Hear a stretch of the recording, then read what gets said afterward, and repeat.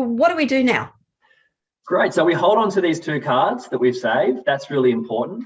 But every other card that we have played and also discarded, which are these 2, they get back added again into the central deck.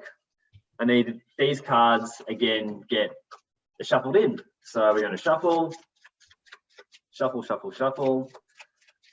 And now we begin the second quarter. And the clear takeaway here is that everything we did last quarter, this just now repeats. So we currently have 2 cards. So rather than getting dealt 7 new ones, we just get dealt 5 new ones, because the two that we have plus the 5 new ones takes us up to 7. So yep, so 1, 2, 3, 4, 5. So now players reveal and have a look at all 7 of their cards together. So you got one of those Adelaide Crows cards that I was hoping for. So these are my 7. You can see they're not very good, unfortunately, especially when I'm 35 points behind. So again, this is quite an interesting one where, because of the composition of the deck, there's only 5 of the 2 behind cards per team, but then there's 6 of the no scores and the 1 behinds per team. So even though my 2s are worth more, I'm actually going to chuck them out, because I know that the chances of getting a third 2 is less than it is getting a third 1. So I'm going to hold on to a pair of 1s. Sorry, Andrew, do you want to tell me that again? So if currently I've got 2 Adelaide Crows behinds. Yep. So in the complete deck, how many 2 Adelaide Crow behinds cards are there? That is a wonderful question, and I will consult the rules to be able to show everybody who's watching in. So you can see here, there's a page in the rule book that demonstrates what the composition of the deck is. So there's 72 cards all up. So we can see that the cards that are worth no score and the cards that are worth 1 behind, we can see that there are 6 cards per colour, versus with the 2 behind cards, there's only 5 cards per colour. And with the gold cards, there's only 4 cards per colour. So really why I've done that as well is to enhance the chance and data element to the game, and how we kind of trade off which cards we keep and which cards we discard, just to kind of strengthen that trade-off and empower students to think a bit more strategically about which cards they could hold on to and then which cards they could discard. So I'm thinking I suppose the first couple of times you're playing it with the students in your class, I'd leave that idea of, the probability, I suppose, completely out of the game, and get the kids into how to play and scoring. And then when they become familiar with that, that's when I'd probably introduce that idea of probability.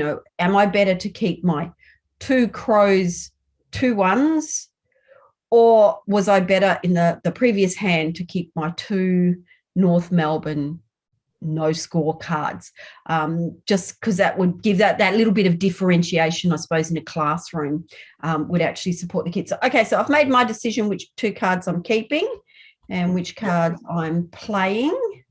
Wonderful. So in this case here, I'm going to discard, because I have a horrible hand, so I'm going to discard 5, and then I'm going to pick up 5 new ones from the deck.